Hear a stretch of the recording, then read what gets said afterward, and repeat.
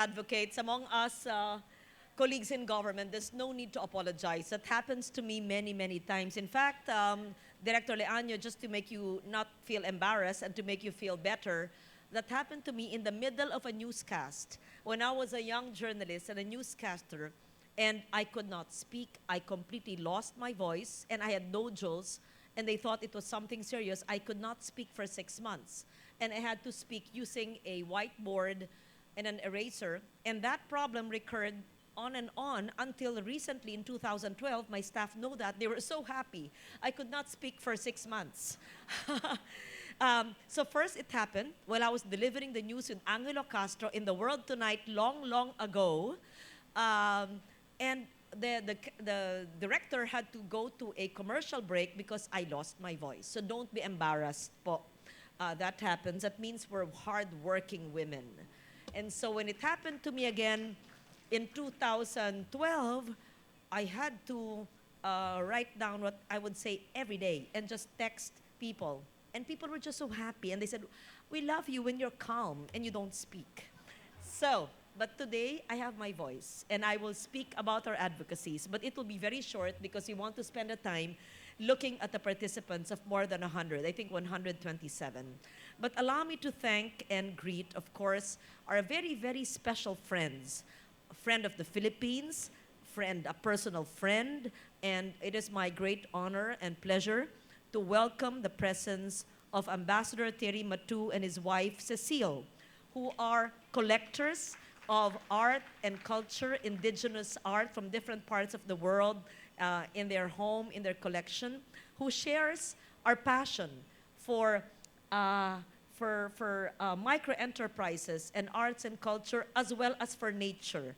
And we've talked many times about not just their collection, but also their home in the countryside, in their home in France. So we welcome you to come at such an odd hour at 2 p.m. on a weekday, despite the traffic. They're really a friend. And I would like to reiterate that the Philippines is a good friend of France and is a good friend of the EU. And we welcome your presence here, Mr. Ambassador. And of course, thank you, Chair Liquanan.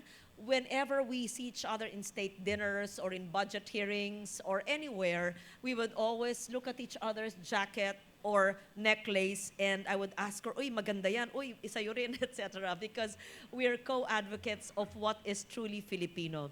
And so thank you for coming all the way. Also because our state universities and colleges could actually be active participants, and it's good you're beside each other.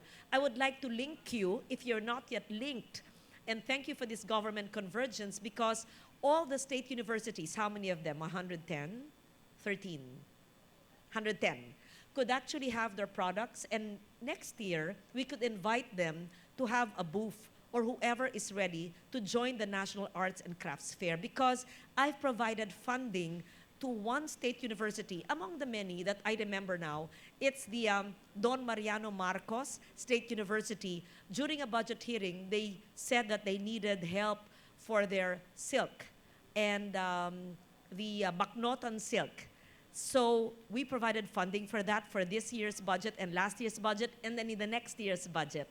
And they're very, very proactive in wanting to develop the silk industry in the Philippines. And so we provided that. And in fact, what you could do in the CHED, for example, is to really empower this SUC so that they can have, similar to what the DTI has, the OTOP, one town, one product, perhaps one town, one SUC, one product, where we could encourage them to even join our National Arts and Crafts Fair where applicable, if they're ready to join us then.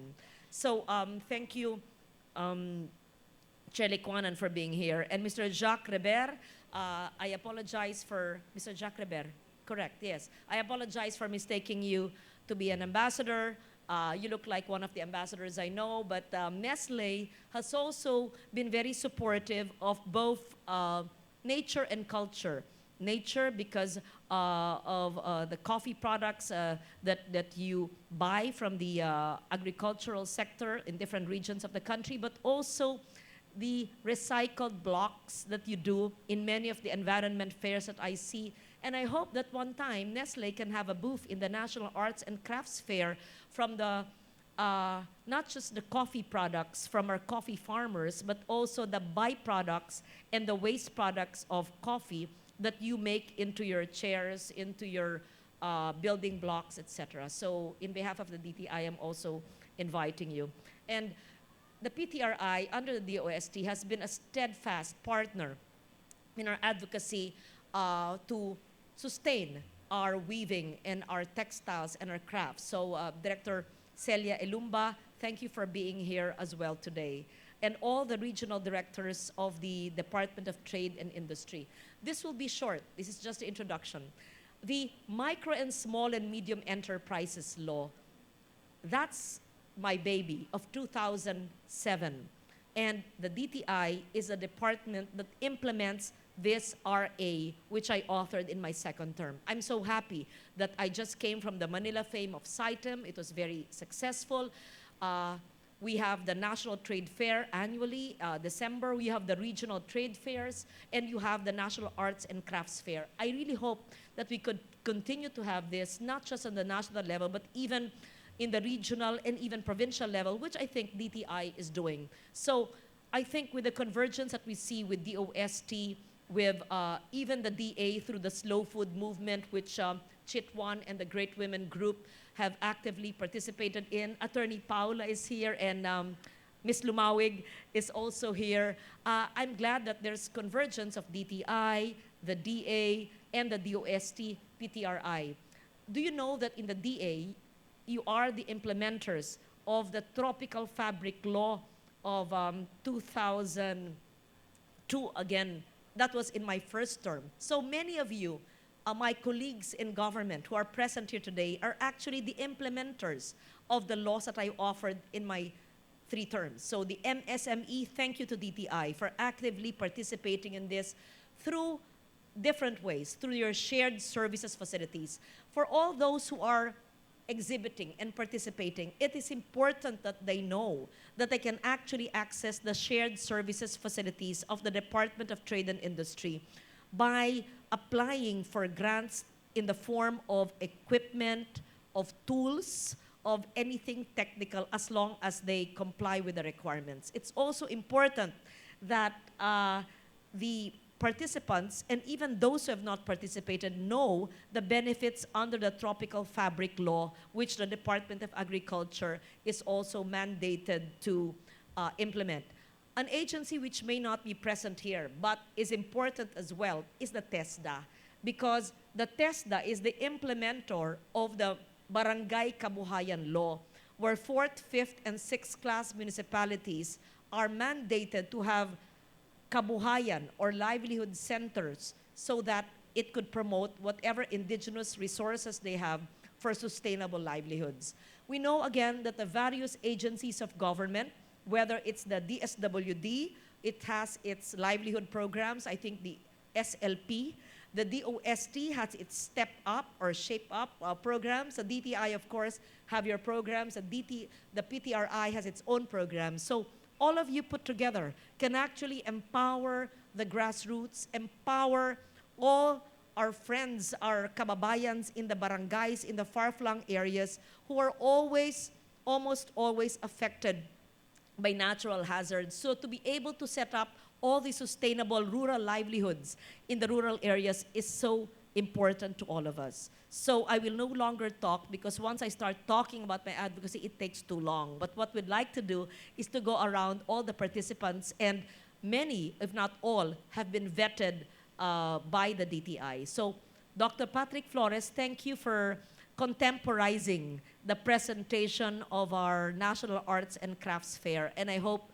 that we could have this annually in support of the Department of Trade and Industry. So thank you very much, friends, for being here. I will no longer mention my personal friends who are also present here today. And this goes on for 4 days, I believe, 5 days until Saturday, Sunday. That's great. So I would encourage all of you to Twitter, Facebook, text. Oh, Antique is here. The Antique Development Foundation. And just give me one more minute to say this.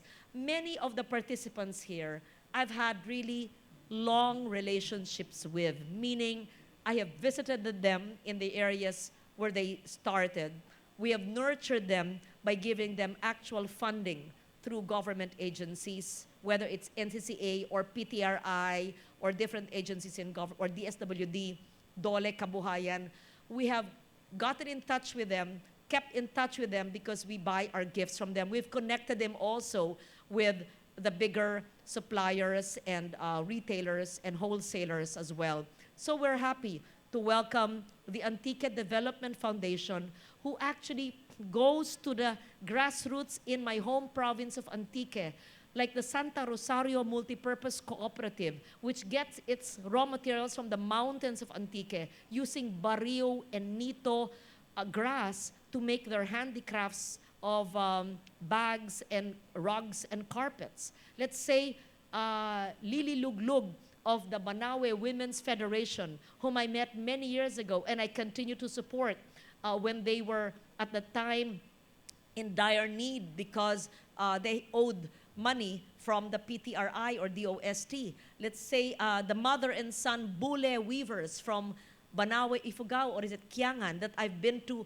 many times and have participated in many of the fairs, and we continue to help because, again, they owed money from government, and we help them get up from their feet so that they're able to be sustainable. So many of these participants are not the first-time participants. They're actually groups, associations, cooperatives, rural groups that we have continuously have relationships with. So thank you for your participation, and I hope that through our humble efforts, we're able to build resilience in your communities and able to build sustainable rural livelihoods. Thank you. Let's enjoy the fair. Thank you.